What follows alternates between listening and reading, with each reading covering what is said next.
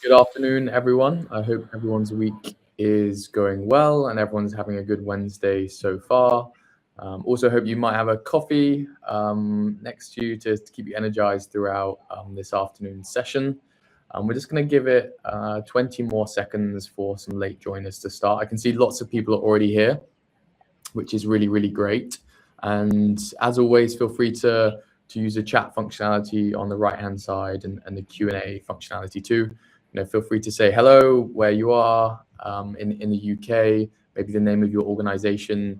I think it's really interesting to see lots of people, both existing and new people. Again, just going to give it 10, 15 more seconds. I can see numbers rising quite nicely. Also, I'm just going to have a sip of my coffee as well.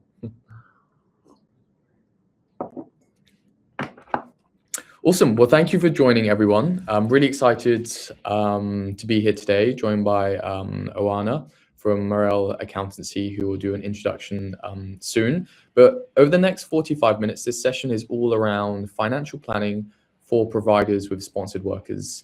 I think this is going to be a really fun, exciting session. It's something we haven't necessarily talked about before. So I'm also really excited to learn lots. And we'll be diving into the real cost of sponsorship, and how to build a budget that will really survive, the rules changing and the costs changing as they always do. So the session will last roughly 45 minutes. I'll be talking for the first 15, then handing over to Oana to talk. Then we're going to have some Q&A at the end. But as I said, feel free to use the Q&A and the chat functionality throughout the session. If we think it's relevant, we might stop. But if not, we'll get to them at the end. So who are we and why are we here? I know lots of people here today maybe would have seen me already, but so for those who do know me, I apologize. But for those who don't, my name is William Much and I lead the partnership here at Borderless, where we're really on a mission to support organizations through the world of immigration. And this is actually one of our partner webinars with our new partner, Oana, who is the founder and managing director at Marele Accountancy. I'm just going to give the floor to Oana as well to say a quick hello and how they support organizations. Hello, everyone. Good afternoon. And thank you so much, Will. Thank you for having me.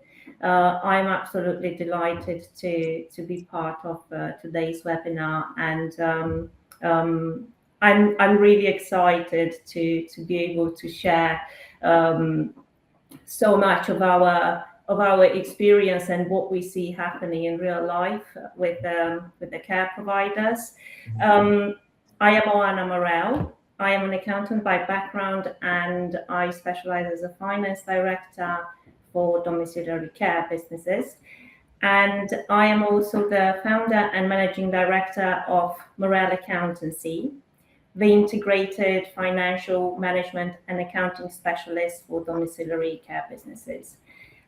We exclusively work with domiciliary care businesses, and over the years we have gathered a few real life examples, and which I am sure you will they'll resonate with you. So today, as Will mentioned, we're going to be talking about the financial realities of the visa sponsorship and how it affects the business. You will definitely be aware of the operational implications, and will give us more details on that side. And I will share with you what we see at our end and how it actually affects the financial stability and growth of the business. So in a nutshell, this is who we are and this is what we do. And I'm looking forward to getting this started. Will, back to you. Thank you very much, Oana. Yeah, I think your experience, on the front line supporting organizations with this is really, really going to help. So we've got immigration and accounting in the same room. And I think there's going to be a takeaway for everyone here today. Again, just a quick recap of what we'll be looking at. So from my side, I'll be looking at why the finances of sponsorship have got harder to ignore, and then the true cost of sponsorship. Just giving some examples over the lifetime of someone's sponsorship. Then looking at some of the risks associated with that, some tips on the immigration side, and then I'll be handing over to Oana to talk about, really building that financial model that holds up. And then at the end, again, we'll just have that Q&A session. Cool. I thought just to warm us all up, I would actually ask a quick question, and I'll put the poll live in a second. But this is really, we're all here to talk about money, to talk about finances of immigration. But how many of you maybe know the true cost of a sponsored worker in terms of the immigration fees over a full 5 years? So I'm just going to push that out now to see, what people are already saying, or maybe the level of knowledge everyone has already. Cool. So I can see some results coming in. It seems like maybe not many people know the cost of sponsorship to the pound. We've got a few people. We've got a large majority of people that are maybe not really sure. You pay the fees as they come, but you don't have that visibility, or you don't fully know. And then naturally, we've got a big cohort of individuals that roughly know the costs of immigration and the fees associated, but maybe within 1,000 or 2. And as with everything, as the complexities and the size of your sponsor workforce increases, tracking all of those costs can get a lot harder. And rightfully so, someone has said, they'd rather not think about it. But thank you so much. That's really helpful to understand where everyone is already today. So why is this so important? Essentially, the overseas care route has closed, since 22nd of July, 2025, providers can't sponsor new care workers from abroad. So in-country switching is only also running until 2028. So the sponsored workers you have in your workforce at the moment, you really want to keep, so the finances of keeping them have never mattered more. And again, it goes without saying that this isn't just something that on today's session it impacts the whole workforce. Sponsored workers are essentially, a really big part of the staffing model now. A few years ago, perhaps 1 in 6 of the workforce were non-British nationals. But from recent reports from Skills for Care and the state of the adult social care sector and workforce in England 2025, 1 in 3 individuals are sponsored. So these aren't just fees maybe for 1 in 20, 1 in 30 individuals. For many of you here today, it's going to be costs and fees associated with a large proportion of your workforce. And again, this has become even more topical given that, rates can move, multiple times a year. And most recently, we've seen the ISC rise 32% on the 16th of December. First increase in years. So over a 5-year visa, that's £1,600 more per worker than you budgeted for maybe in previous years. Again, this all feeds into building a really robust model so you can get to grips with the costs of your sponsorship. So what does one sponsored worker cost you as an organization? I think it's good to start with the costs that don't move. These are the same whether you're a small sponsor or medium or large sponsor, which we're going to dive into as well. So first of all, you have the certificate of sponsorship fee, and this is per COS, and this is at £525. We've then got the visa application fee, which, as you know, can be applicant paid, £324 to 3 years, and £628 over 3 years. And then, as you will all know as well, or maybe if some individuals are new to sponsorship, the immigration health surcharge is exempt on health and care visas. And as with many things, the certificate fee applies to every cause you assign, renewals included, not just new COSs or new members to your organization. And these visa fees do reflect the 8th of April 2026 uplift. In addition to the fixed costs, you've also got the costs that scale with how long you're looking to sponsor the individual and the size of your company. We are going to talk about the differences between a small charitable sponsor and a medium large next. So if you're unsure where you sit, we're going to make that really clear for you. But for most of the organizations here, and for the most of the organizations we talk to, Borderless, the care roadshows, the care shows, do fall into small sponsors. And if you are a charity as well, we have lots of charities, you by default fall into the small organization size. So what's the difference though? If you're a small sponsor or large sponsor, this really comes down to an increase in your ISC, the immigration skills charge. If you're a small sponsor, this is at £480 per year. And if you're medium or large, it comes in at 1,320. So quite a big jump actually. And this is for any COS now assigned and for any COS that was assigned on or after the 16th of December, 2025. This is also, as you can imagine, a big uplift over a 5-year period.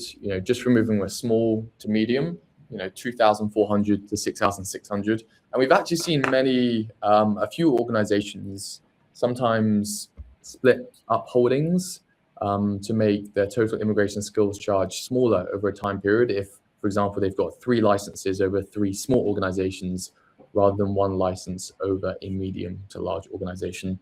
And those are the small interesting things you can do to keep your costs down.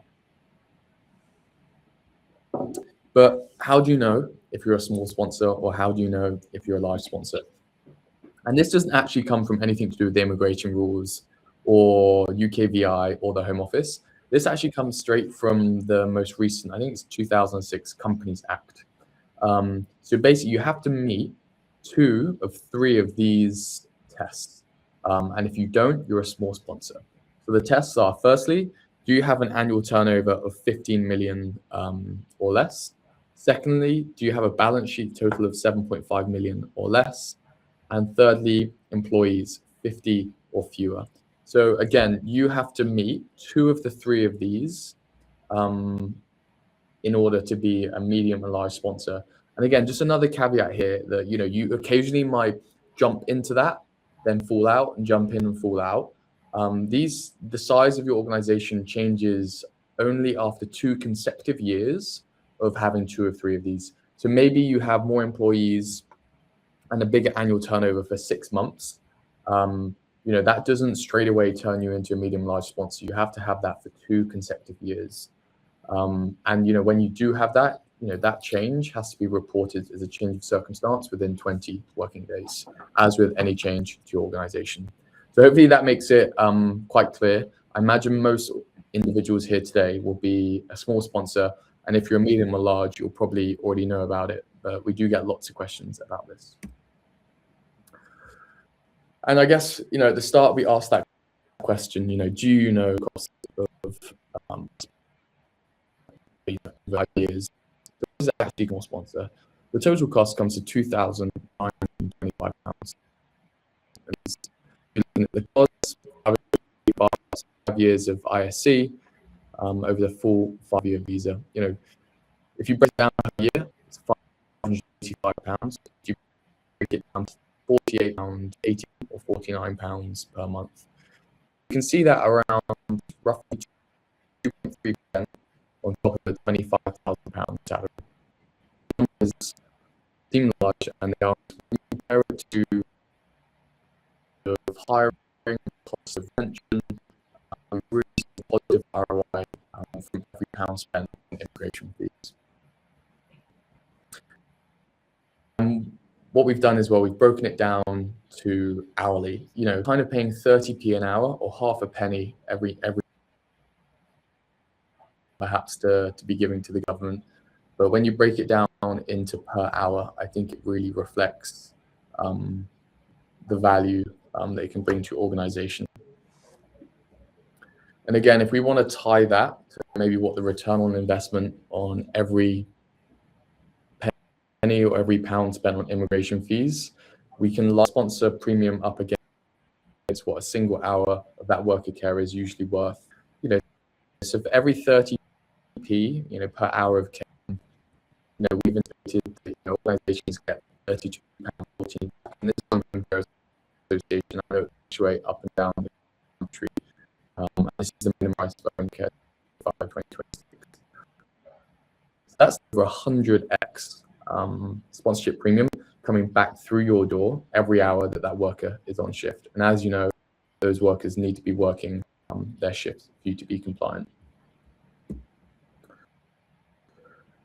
But something that usually goes amiss, and what if someone doesn't stay for the 5 years? What if someone doesn't stay for the 3 years and they leave my organization?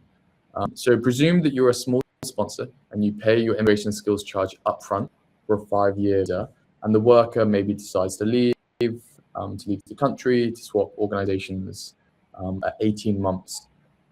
Like, what comes back to you as an organization?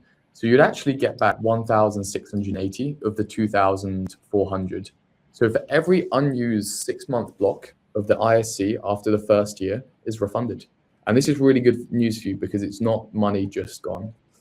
The only thing that is good, gone for good, is the first year of the ISC, and that can never be refunded. So unfortunately, if they do leave 6 months in, you are still unable to claim back that first £720, including the first year of ISC, the COS fees, visa costs, etc. And given that you can't replace these individuals from other non-UK nationals from overabroad, retention, we believe, is your highest return on investment line in your budget.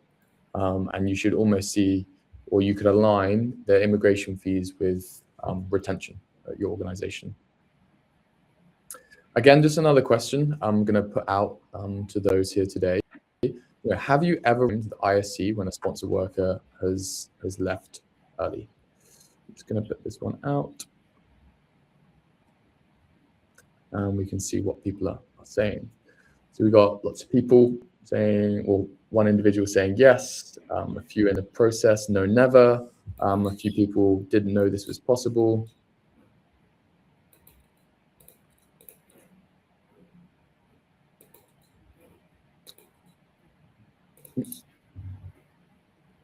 Cool. I've just seen maybe some individuals saying I was slightly hard to hear, so I'll speak just ever so slightly. And don't worry, just in case, because these slides and the recording will be shared after. So maybe you can watch it back in 2 times speed.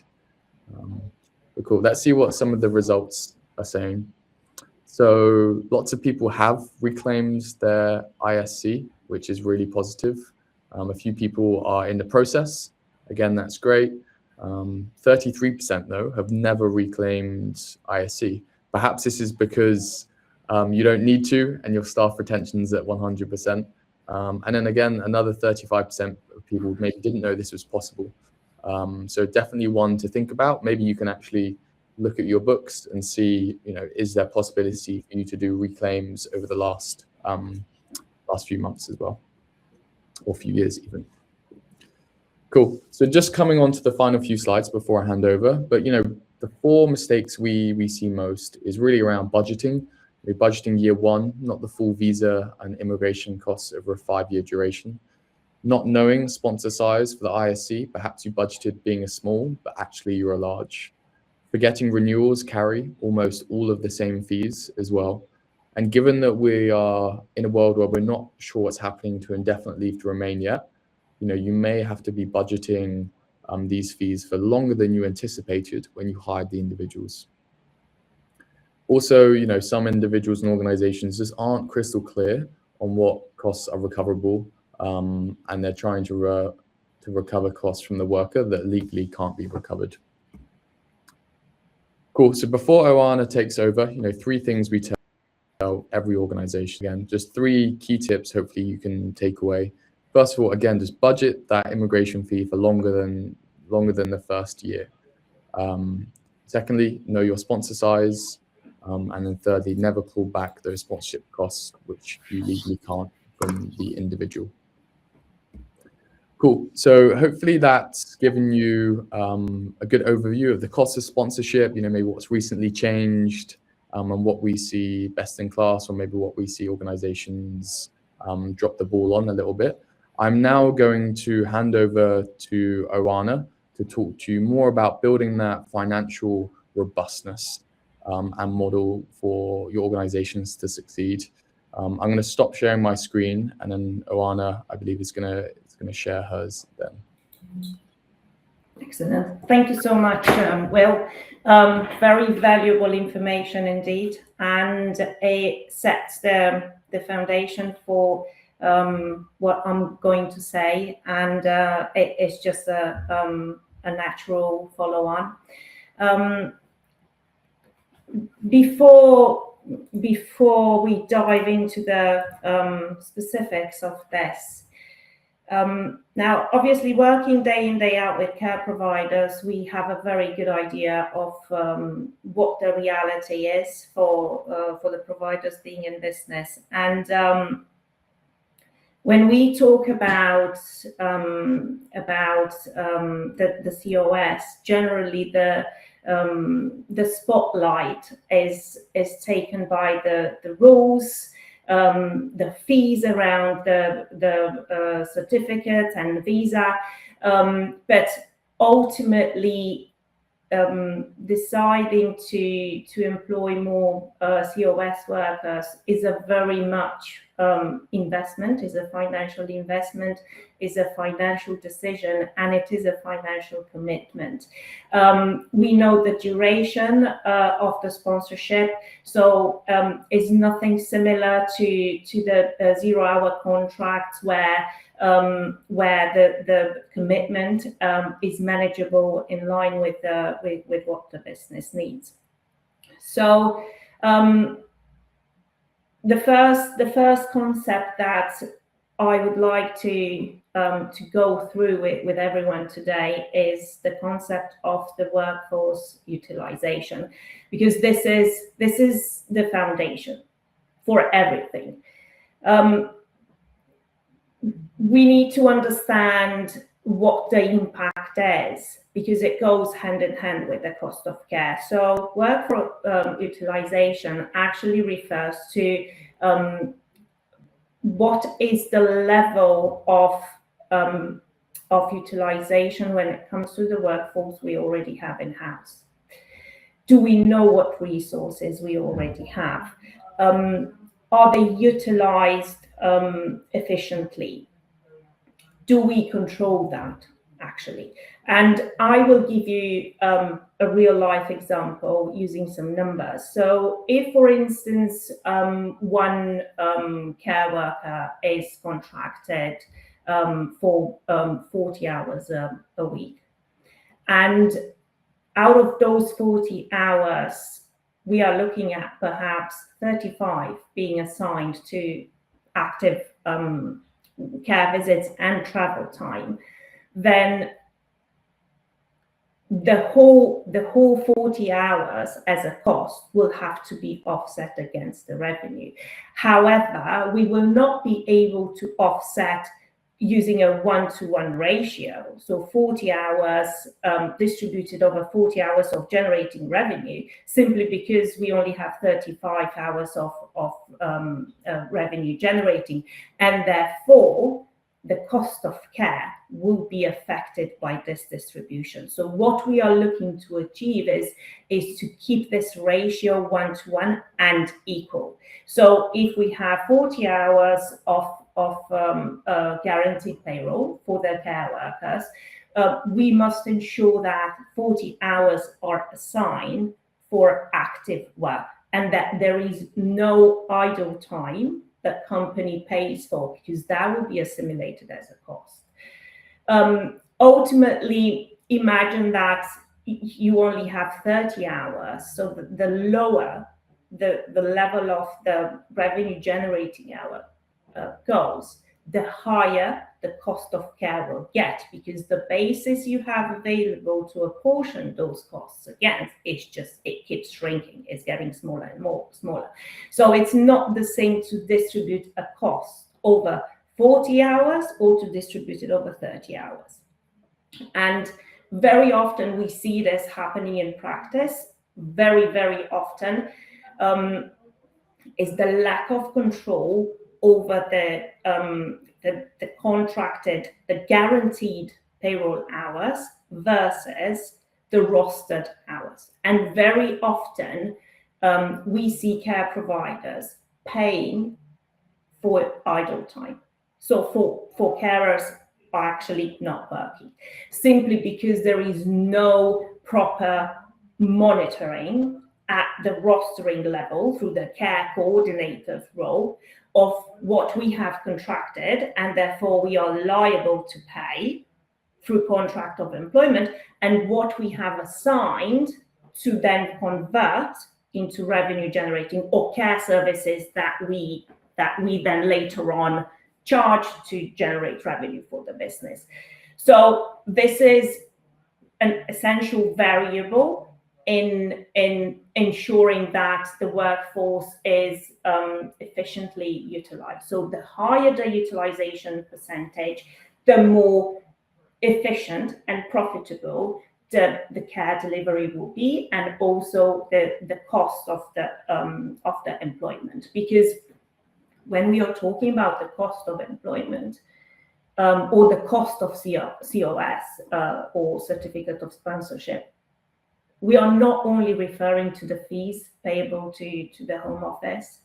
There is this domino effect or the snowball effect, if you like, where this adds on top of the actual annual salary, any support like relocation support that we might offer, the employers, NI and workplace pension, and also very, very important, holiday pay and paid leave cost and sick pay. So these are all sort of hidden costs which affect the cost of care, but ultimately they derive from the overall employment cost. So everything that we put in the mix, it will make the cost of care go higher and higher and higher. So the workforce utilization and the percentage that we manage to achieve, this makes the difference between two care providers paying the same wages but to carers, or in terms of even cost, but then achieving a completely different cost of care. The secret is in the workforce utilization. This is actually one form of productivity as well, where it can be managed through monitoring and controlling in a proactive way what we have committed to already. That said, so I have put in the context that the workforce utilization, the cost of care, and now I'm gonna dive a little bit into the profit side, because okay, now employing more staff does not mean that the business will automatically become more profitable, will have more capacity, or will improve the cash flow. In actual fact, if the foundation is not efficient, if you don't have control and visibility over the existing resources, adding extra load in terms of costs for the business could be devastating. So the idea is that, do we really control what is within our control? Do we maximize the efficiency of how we use those resources? Because simply the business might already have those resources in-house. They just need better controlling. They just need better management.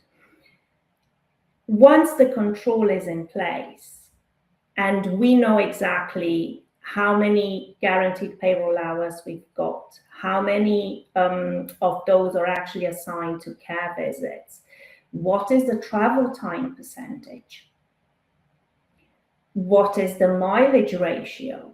So when we know all this and we control all this, then we can 100% confidently decide, do I need more staff or not? Have I maximized my revenue generating capacity by utilizing in the best way I can the resources I have? Profit, simply put, is just the excess of revenue over expenses. However, the profit is collected through prices or the billing rates to private clients, local authority, NHS, you name it. Now, the rates, the billing rates and the prices, their main component is the cost of care. Consequently, if the cost of care takes the bigger proportion of the price, the profit margin will shrink, will disappear, hardly exist. So the likelihood for the business to be profitable is very low. However, the profitability can be improved by controlling and managing the cost of care. The cost of care can be managed and improved through the workforce utilization or productivity. In other words, everyone is talking about increasing productivity, but this is what productivity is. So it's as simple as that. And as you can see, it's the domino effect. So there is a certain order in the financial management, if you like, or in how a business becomes financially stable, profitable, and scalable. And this order is very clear, it's very strict, and it's very specific. If we don't have control, we won't have profit. If we don't have profit, the growth is not going to be sustainable. So, first and foremost, control comes first. Then the profit follows. And after that, growth is sustainable. So this is the Marele framework which we have developed, and all our work is around this framework. And profitability feeds directly into the cash flow. So the positive cash flow, or starting to accumulate cash flow reserves, comes from profit. Unless the business is profitable, otherwise the business will always be juggling with the money in, money out, and will be surviving from here. And it will be difficult to build reserves, cash flow reserves. In addition to this, when we are talking about COS workers or visa workers, we know fully well that the salaries are due every month, right? So the money, the money going out kicks in straight away as soon as they started the contract of employment. However, the revenue generated by these contract of employments occurs a few months later. So there will be a gap which will be felt in the cash flow, because the business will have to support all those money going out to cover the wages without having, having received any of the revenue generated by those extra resources involved. And again, to accommodate that, the answer is financial control and financial visibility. Now, the question, so sponsorship is not a financial problem, and it's not is not a question whether it's good or bad, the visa sponsorship. The problem that we see and the challenge that we see every day is the lack of financial control and financial visibility. Reduced workforce utilization is a problem, as well as poor planning and rostering of the already existing resources. Control of that, visibility of that, which very much falls within the scope of the care coordinator's job. So as you can see, everything goes hand in hand, and in actual fact, having that sort of stability with the offered through the visa sponsorship, that is a bonus, which does not exist with the 0-hour contract. So the retention problem is somehow improved. However, the cost implications coming from the fees payable, coming from the training costs, which are yet again not to be ignored, these are all elements which make the the financial viability of the employment positive or negative. So that said, I would also like to make a reference, before I hand it over to Will, back to Will, I would like to make a reference to the latest piece of information we have received from our legal partners in terms of this. So because in the first quarter of 2026, the number of the revoked licenses has been shockingly high. What Home Office is now doing is working in collaboration with the Home Office, and they are practically cross-checking the RTI submissions received by HMRC via the payroll to ensure that the requirements in terms of the pays are met in line with the legal requirements, as in the annual salary, the hourly rate, the number of hours. So all that is being checked. Now, from a compliance perspective, this presents a very high risk, because all of a sudden we can end up with or wake up one day with an HMRC investigation or a Home Office investigation, and we don't know where it's coming from. So the answer to this scenario is yet again control.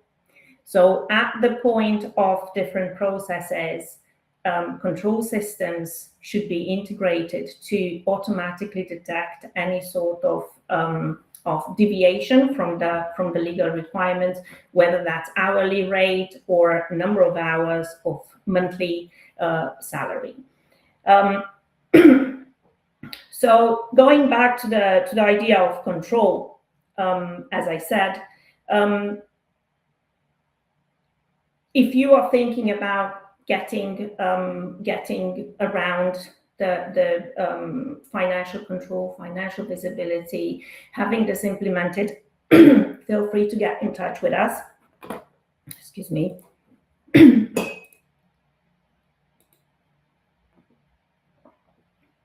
I'm just gonna quickly share the screen so that you can see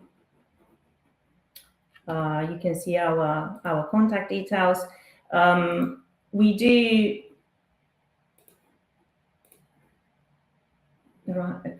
Okay. Let's see.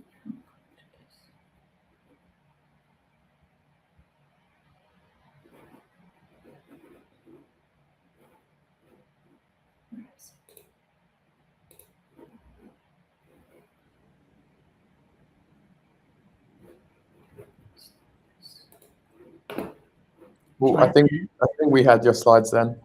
Yeah. Can you do it for me, Will, please? Oh no, I thought when you shared your screen, we could see the slide. Yeah. I wasn't quite sure which one you can see. And then if you just go from the current slide, I think we then should be able to see it. Oh, hold on. Yeah, that's what we can see. Perfect. Is it working now? You click that one. Oh no, it's in presenter mode. But I think what we can do as well, we can yeah, there you go. I can see it. Now it works. Right. Perfect. Excellent. So I'm a lot better with numbers rather than PowerPoint. So yes, we do through our financial control implementation programs, training programs, ongoing financial management services, cost and prices review, we actually help domiciliary care providers implement the control to gain financial visibility and the financial overview they need to make confident decision as far as the business is concerned. Feel free to reach out to us. We do offer the one-to-one free discovery calls and introductory calls. Please visit our website or get in touch with me directly at accounts@mareleaccountancy.co.uk. And yes, feel free to ask any questions you might have. Will, thank you so much, and it's back to you now. Perfect. Thank you so much, Oana. If you could just stop presenting your screen, ideal. Thank you so much. Okay, I'm just gonna flick back to this one. Cool. So now, yeah, thank you so much, Oana. I definitely resonate with your points around if you don't have control of what you've already got, you know, adding additional staff isn't going to drive you towards profitability. I think, as with everything, your finances, your home office compliance, going from reactive to proactive and really understanding what your numbers are saying or what you need to do from a compliance standpoint is just fundamentally important. And as the market might become more competitive, as the home office is increasing compliance and revocations are on the uptick, and now the home office is talking with HMRC, you know, increasingly, I think we just all need to be putting a better foot in front of the other one and being ready for what comes. We've still got half of 2026 left, and let's see what 2027's got in store for us. So we're going to now go into some Q&A. I can see there's been some questions in the chat, so maybe you and I, Oana, can pick up some of those. But also, if you found this session useful, you know, we've got lots of calculators, so you can calculate the costs of sponsorship here on the screen. And if you also would like to find some time to discuss how Borderless can support with your home office compliance or, you know, getting those refunds back from the home office, please do find some time with our expert team. Cool, so we're just going to jump into the Q&A now. We've got about 5 or 10 minutes, and we'll keep going until questions stop. So feel free to keep adding them into the chat. So I can see a question here. I think lots of questions are around, Oana, if you've got like a model, or like what do you use? Do you have like a spreadsheet or model that you share? You know, what do you do there? Yes, we do have a model and a process that we use, and it is very much integrated within the operational financial processes. So feel free to get in touch, and we see exactly where you're at the moment and where further control needs to be implemented. So the answer is yes, we do. Cool. I also think there's a great question from John around holding immigration fees, perhaps like on the balance sheet. You know, for example, if you're paying them all up front, you know, can you spread them across the duration of sponsorship? What do you typically see there? Yes. So if you pay them in advance, the answer is yes, you can release them every year into the relevant profit and loss account. When I say profit relevant, is the year that the profit and loss relates to. And yes, this is a very much technical question. And John, to answer your question specifically, you can use the accruals principles and then release the relevant amount in each accounting period. So the answer is yes. Cool. I think that's definitely quite a good question, because as we've seen, you know, if, for example, you're coming up to renew the immigration for 5 or 10 staff, as you can imagine, that's lots of payments going out in 1 month. And again, like being able to forecast when payments are going to come out, I think is going to become increasingly more important. I also saw a question from Lucy asking around if ISC refunds are automatic. In theory, the Home Office processes immigration skills change refunds automatically. But what we've actually seen in practice, sometimes employers often have to actively track them down or chase them down. And the best place is to, either have support representatives to help you track that down, or log into your sponsor management system, find the contact details, and just maybe chase any refunds you think are appropriate or applicable to your organization. I can see. I would like to add a final comment about John's question with regards to P&L. So where he says, do you have to charge the full 5 years into the P&L in the year you sponsor them? So in actual fact, the first option that I've mentioned, that would be the 100% compliant from a financial reporting point of view, and not to drop it all in one accounting period. I can also see a question from, is it Mahesh, with regards to a model for care home providers. And the answer is yes. It is a slightly different approach, but the concept is pretty much the same.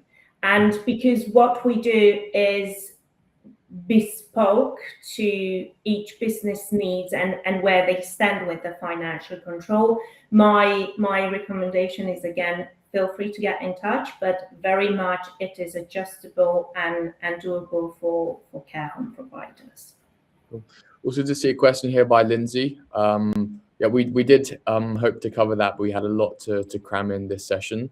In terms of the level of accounts UKVI would look at during an audit, you would have to be relatively transparent with them and showing them pretty much everything that they request on your organization. So this is looking at, your bank balances over any time period, looking at pay slips, and at different points of your sponsorship life cycle, they'll be looking for different things. The first one will be, evidencing that you can afford sponsorship, evidencing that you've got enough work coming in, money in the bank. And again, all of these are variable depending on the size of your organization. If it's specifically looking at compliance for an individual, they'll be looking at pay slips. And obviously, as you know, they're now looking at compliance over every pay slip period, not just over an annual period. But Lindsay, we do lots of other webinars. I believe we actually have a checklist on this, which we can share as well.